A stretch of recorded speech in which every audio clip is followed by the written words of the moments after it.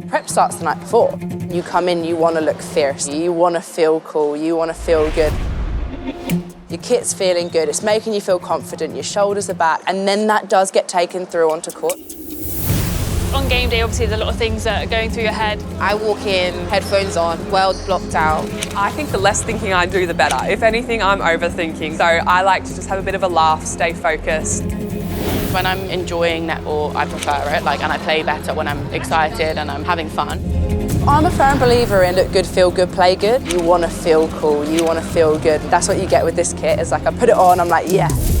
Absolutely love this Icon range this year. Super comfortable, super stylish. This is probably the best gear I've ever gotten. So much work goes into being a professional netball player. You are working for it. It's not like it's given to you. It's a lot of training, lots of hard work in the gym. A lot of work out on court that makes sure we're ready for game day. It's a real privilege to get the kit, and it's something that you work for. You do make a lot of sacrifice to get to the top. Feeling very lucky and super blessed to have it.